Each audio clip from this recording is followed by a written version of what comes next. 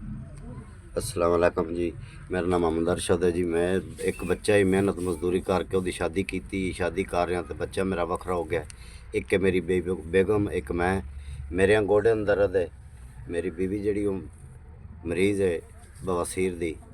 अपनी रोटी भी नहीं से कमा सकते, बैठे दे मजदूर हाँ जी, कर्जे थले दबे हुए हाँ। ज़कात दे हकदार हाँ। घरे विच इतना भी नहीं मैं राशन लैके ते अपना पेट पाल लवां। इतना कमावी दा जेड़ा कटी जांदा है। ਅਸੀਂ ਮਾੜੇ ਬੰਦੇ ਇਸੇ ਸਰਕਾਰ ਦੇ ਹੱਕਦਾਰ ਇਸੇ ਨਾ ਲੂਣ ਹੈ ਨਾ ਪੱਤੀ ਹੈ ਨਾ ਆਟਾ ਹੈ ਨਾ ਲਾਣੀ ਨਾ ਦੇਣੀ ਸ਼ਾਇ ਕੋਈ ਨਹੀਂ ਘਰ ਅੰਦਰ ਗਰੀਬ ਬੰਦੇ ਇਸੇ ਕਰਜ਼ੇ ਨਾਲ ਲੱਦੇ ਹੈ। अल्लाह ताला तुहाडा दिता कबूल करे मेरे पुत्रों। अल्लाह तुहाडी जिंदगी करे जिन सान गरीबां दिते अल्लाह तुहानू ज़्यादा देवे। अल्लाह तुहाडे वड्डे ओहदे लावे। बच्चों असीं इस गल्ले खुश हाँ कि तुसां साडा ख्याल रखिया। असीं तां राशन लियावांदे खावांदे पुत्रों, तुहानू दुआ देवांदे। अल्लाह ताला मेरे बच्चों तुहाडा गल है 5000 रुपया सन लभ गया।